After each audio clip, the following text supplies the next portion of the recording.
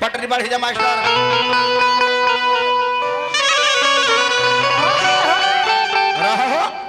ओकरो से खतरनाक गीत गाई। बाकी जब एक लाइन फरमाइश हो गई बा तो एक लाइन पहले राउरे फरमाइश पूरा कर देता है।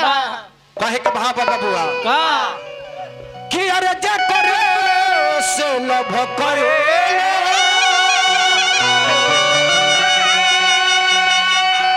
ओ करे से परेशानी बा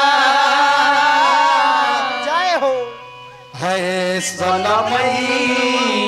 भैया हमारे विक्की यादव जी जफराबाद यह कमेटी का याराना ग्रुप का माध्यम से बहुत बहुत रुपया पुरस्कार मिलल। हार्दिक स्वागत बा, वंदन बा, अभिनंदन बा।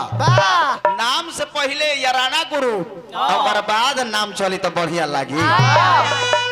अरे जे करे सुलभ कोइलू करे से परेशानी बा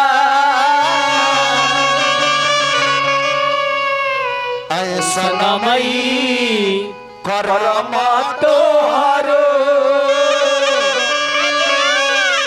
लागे खानदानी बा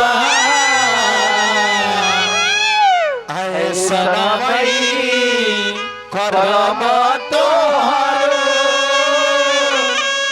लागे खानदानी। यह नया साल बीतता आ एगो लड़का एगो लड़की के बड़ी चाहत रहल हा। हेलो हेलो माइक लो, माइक दो। भैया हमार याराना ग्रुप के विवेक सिंह हानिया के माध्यम से बहुत बहुत रुपया पुरस्कार दिल बने। हार्दिक स्वागत बा। हेलो हेलो हेलो के हा तू का हाल कर बा यो बतिया है किलाट से बतिया।